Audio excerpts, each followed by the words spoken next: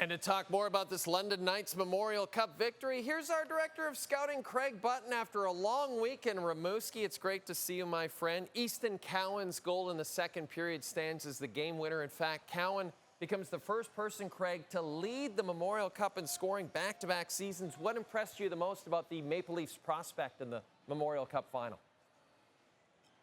I'm going to quote Dale Hunter. Dale Hunter said it takes skill and will to win a championship. And he said his players all had that skill and will. And Easton Cowan has that. Brad Treliving, the general manager of the Toronto Maple Leafs, talks about changing the DNA. Well, do you know how you change your DNA? You get players with skill, but just as importantly, you make sure they have will. And that's exactly what Easton Cowan has. That's how you change the DNA of your team. You get players like Easton Cowan. He came back this year with a mission to get better in the details of his game. He did exactly that. He's a leader, he won, and now you understand what the price is that you have to pay to win, and that's only going to help Easton Cowan as he gets into more important games in his NHL career.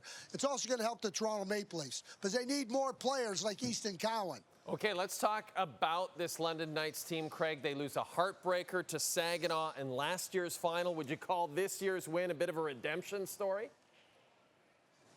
I would say more than that. I think redemption was everything that motivated this team from day one. Not about the X's and O's and getting your game in order, but it was unfinished business. 22 seconds left in the championship game against Saginaw, and it slipped through their hands after a great comeback. That leaves a bitter taste in your mouth. And certainly when you look at how they came back, motivated 13 players that were on that team that lost last year in Saginaw.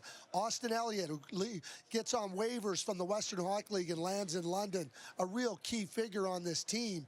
And then you start to look at all the different players that have gone through different things, whether missing out on making the World Junior team, whether not performing at the World Junior and getting to a medal round or winning a medal. There's a lot of redemption that went on with this team this year, but at the same time, they managed it. They looked at it from day one and said, this is our mission, this is our goal, and they were ready to dig in and do it together. And you win together, and that's a big accomplishment for the London Knights. If you didn't see the game and you just saw the score, you might ask yourself, how the heck did this high-powered offense from the Medicine Hat Tigers get shut down? How did the London defense do it, Craig? Well, it'd be too easy for me to say Sam Dickinson and Oliver Bonk. I mean, they're tremendous players. They're tremendous junior players. That they play more than half the game. And I always use this line, Jay. For Dale Hunter, when Sam Dickinson's out on the ice or Oliver Bonk's out on the ice, his heart rate goes down. His stress levels never go up because they have everything under control. They have a command of the game everywhere. And when you think about good blue lines and you think about good teams, you can't win without players like that. Sam does it differently than Oliver, but they're both instrumental to this team.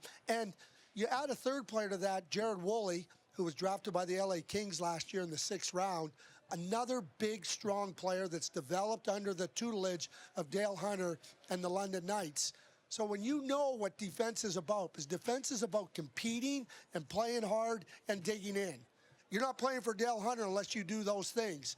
And not only did the defensemen lead the charge, but their forwards are committed to playing good defense.